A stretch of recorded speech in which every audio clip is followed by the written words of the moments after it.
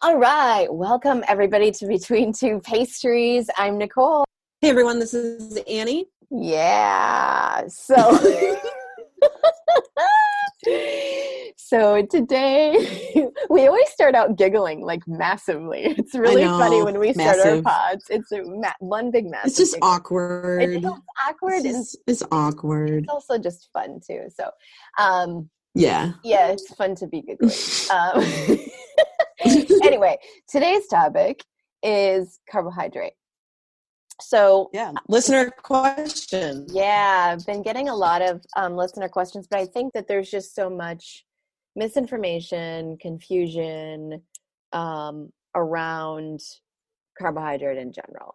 So why don't we first talk about let's go back to the basics, like what the role is. Yeah, what is a carbohydrate? That's right. What is a carbohydrate? So a carbohydrate, if we want to put it into very simple terms, a carbohydrate on your food plate is a starch, it is a fruit, it is a vegetable, and it's part of dairy, right? Yes.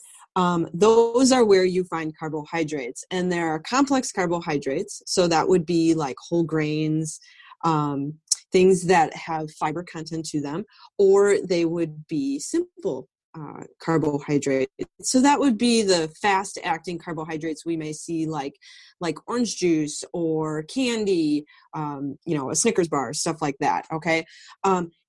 You need both complex and simple carbohydrates, because the role of carbohydrate is to fuel our body.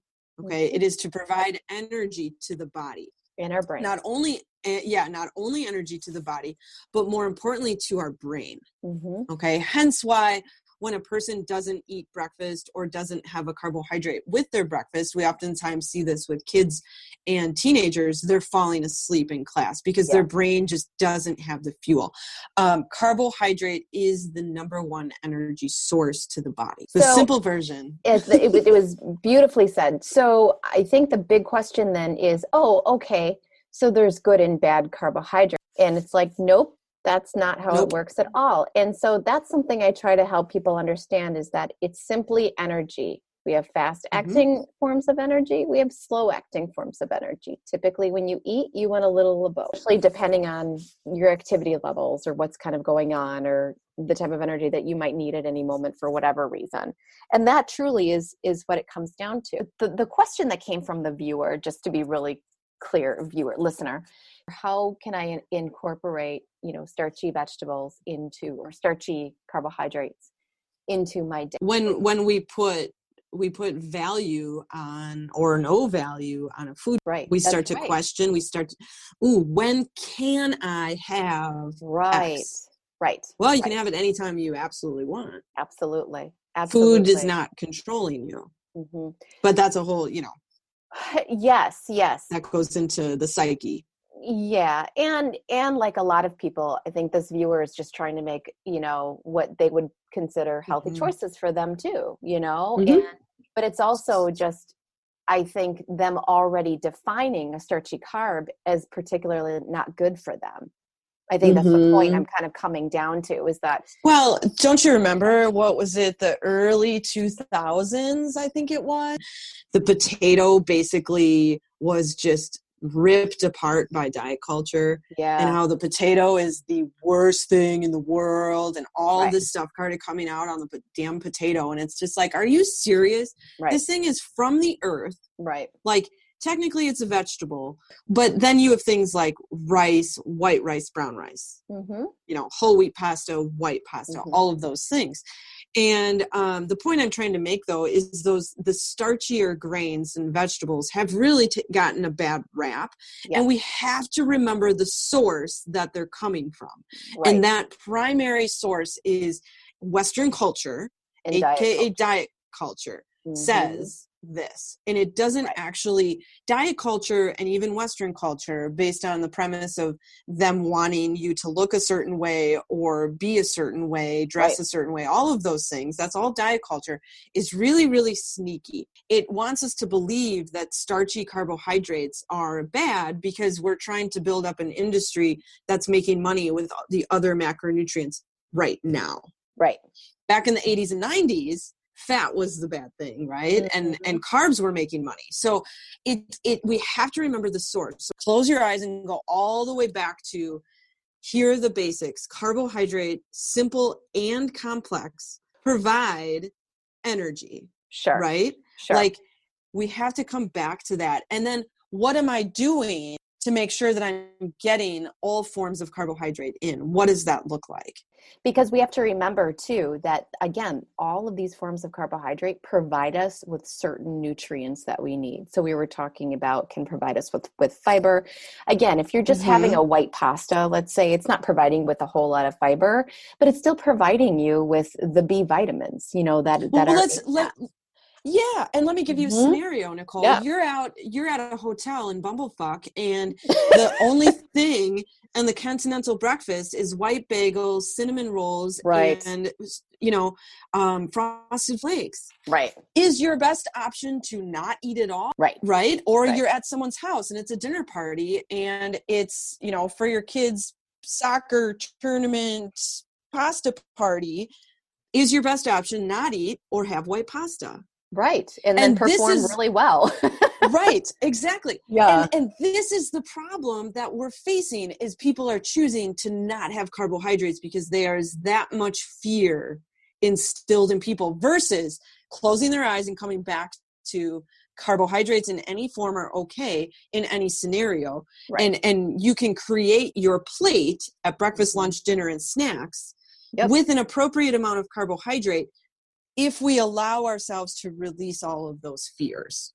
So the function is that it provides us with fuel and it provides us with nutrients that we need. And so having them throughout the day, especially spread throughout the day, is just fine. And especially with a mixed meal. And I think we talked about this at one of our other pods, where it's like synergistically nutrients work together. So it's like, carbohydrate, everything enters the bloodstream at a certain time. And so when you have everything together, that's what gives you the satiety for a lot longer. That's kind of the other thing too. So you can get through the next 4 hours before your next meal. But that's kind of the idea. The idea isn't to eat and then to be hungry an hour later. The idea is to eat a balanced meal that provides you with the different components that sustains your hunger out, sustains your satiety level to avoid that. So that also is part of it, in addition to just fueling a body's function.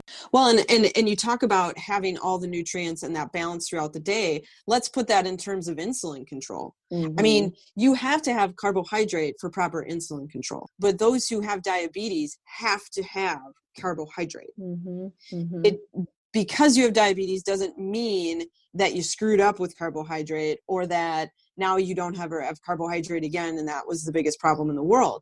It means now you have to make sure you eat it throughout the entire day. And it's the same with general public as well. You have to have those carbohydrates for proper control of insulin levels. And when we eat a piece of cake at someone's birthday party, we'll see that spike in insulin and then it comes back down. Right. We're not celebrating people's birthdays every day with cake, right? Right.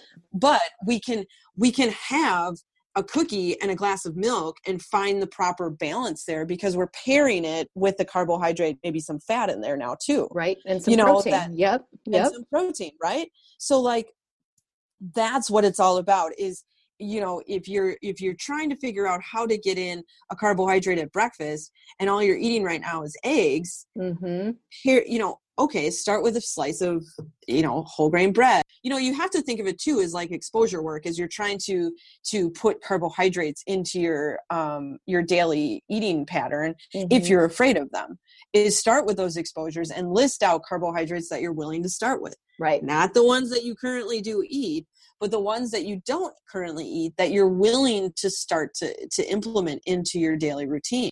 I think another concern too that this listener had was, wanting to understand the role with exercise and when you don't have enough, like how that actually does affect. And one thing that I had kind of wanted to mention with that is when we don't take in enough carbohydrate, and maybe we are exercising a lot, or we do have a very active kind of a day, is because of the fact that carbohydrate does help to decrease cortisol levels, it helps to produce serotonin levels, that we also deal then with people having higher levels of anxiety and higher levels of not being able to deal with stress, and higher levels of feeling very edgy. So again, affecting mood in general. And that's just kind of another piece to kind of throw in there of, if we are, exercising or just being also, in addition, very active during the rest of our day, and not taking in enough carbohydrate to kind of support that, and to support kind of that brain function with that, as well as our muscle function with that's a definite side effect to that. And then that just leads also to then muscles not healing appropriately if exercising activity is on a daily basis. There's not enough rest involved. So now we're dealing now with muscles just not getting the nutrients they need to actually recover. Well, and the cascade of that is, then there's stress on the bone, then we have stress reactions, then we have stress fractures. I mean, it all plays a role. That carbohydrate, it's really, really unfortunate that is the one thing that people want to eliminate or be fearful of, because it really, really plays a huge role for the athlete. But here's the thing, Nicole, is there's too much conflicting stuff out there.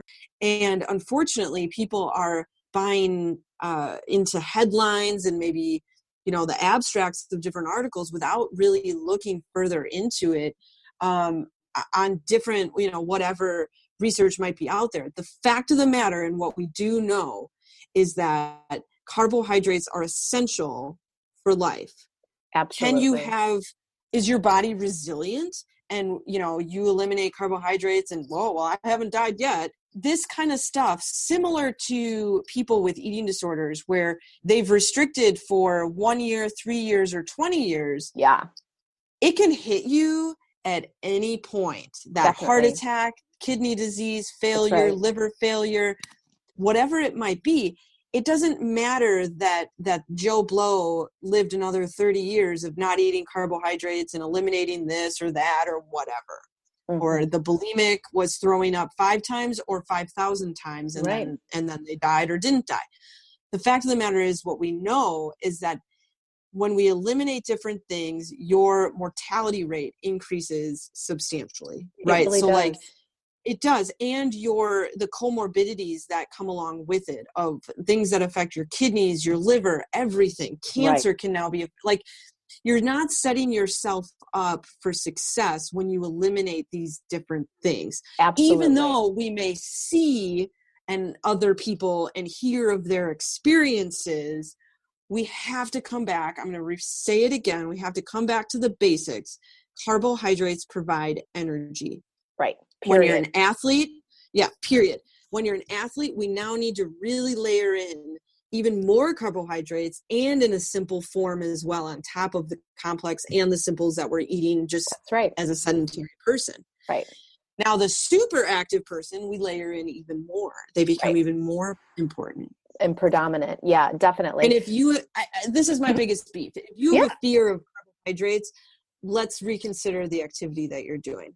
But the other piece I wanted to add on to kind of the physiological effects of that is also what people forget. 2 things. Because of all the B vitamins that are in our carbohydrates, and since that's our highest sources of them, we have to remember that carbohydrates fuel our metabolism. So when we're talking about it provides us with energy, that's another piece of it. Yes, it actually fuels our metabolism to fully function in an optimal way, not a suboptimal way, because it has to make do with what you are not doing, but in an optimal way. That's also super important for people to understand. In addition, with that, when we cut out carbohydrates, it has been very proven it will directly affect your thyroid. In some way, shape, or form, directly affect your thyroid.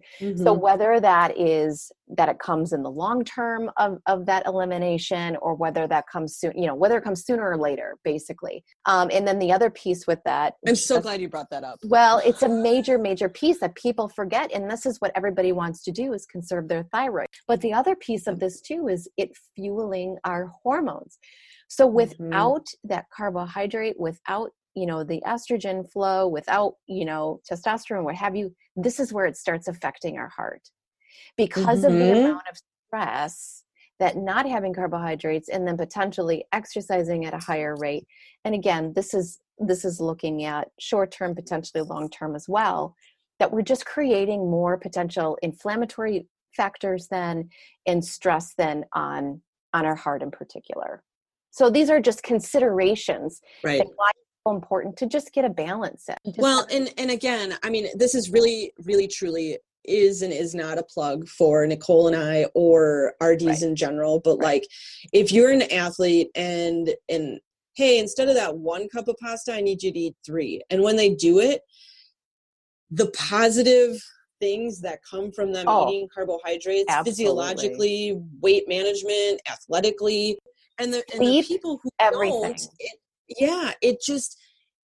it's amazing. Wow, I haven't doing that. The mood just keeps being crazy. And it's like, please just eat the carbohydrate. And like I said, I'm glad you brought up the point about hormones and thyroid, because I can't tell you how many people approached me like, I have hypothyroidism. I have hypothyroidism. Like everybody does. I feel like, the thyroid issues are becoming out of control. And again, I don't have a study in front of me saying, how many, the percentage of people who, don't eat carbohydrate and therefore have hypothyroidism is, like, I don't have those numbers in front of me, but I do know that plays a huge, huge role because of the biochemical environment that's needed for the body systems, endocrine, most important, to function. So let's do an outro. Yeah. Oh, hey, this is Between Two Pastries. We're doing an outro.